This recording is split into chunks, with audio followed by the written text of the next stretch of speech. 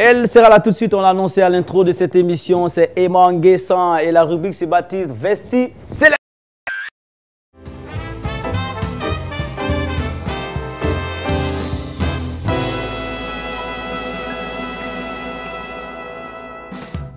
Madame, Messieurs, elle est là, elle va, pour ne pas dire les rimes, avec cette rubrique baptisée Vesti Select. Voilà, en tout cas bien habillé. Merci Mohamed. Félicitations. Merci Mohamed. Aujourd'hui, donc, on parle de comment est-ce qu'il faut s'habiller pour un entretien d'embauche. Parfait. Alors, parce que s'habiller est un art et que l'on ne fait pas deux fois première bonne impression, il est important de savoir se vêtir en conséquence du lieu ou de l'événement pour lequel on le fait.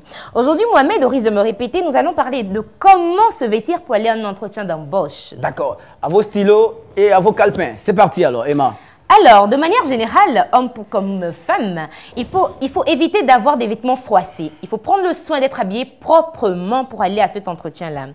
Hormis cela, il faut tenir compte aussi du fait que la déontologie et l'éthique de certains métiers ne permettent pas à certaines personnes de travailler tout en étant tatouées. Et donc, pour cela, il faut veiller à ce que, si vous avez un tatouage sur le corps, apportez un vêtement qui le cache correctement.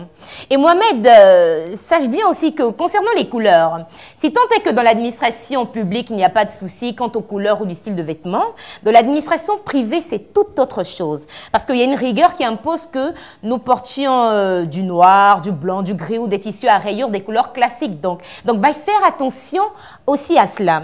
Et concernant les dames en particulier, il faut savoir que il faut vraiment éviter d'être trop sexy. Il faut éviter de mettre trop ses atouts en avant puisqu'on part pour un entretien d'embauche. Donc, c'est le moral qui sera en jeu et non l'apparence physique.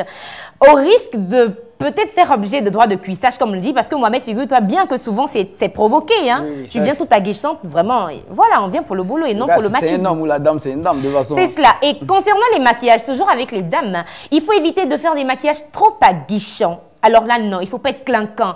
On part au boulot, on part dans l'espoir d'avoir un boulot. Et donc, il faut avoir une certaine tenue, une certaine apparence qui laisse croire que vous êtes une personne sérieuse et responsable. Donc, évitez ça. Pour les hommes, assurez-vous d'être toujours bien fourré. Il y va de l'organisation.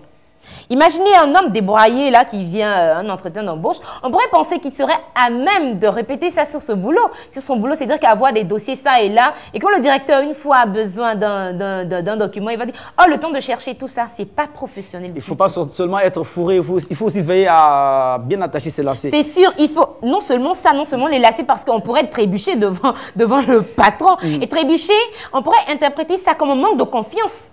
Et c'est dangereux en matière d'emploi. Aussi, Mohamed, figure-toi qu'il faut tenir compte des cravates.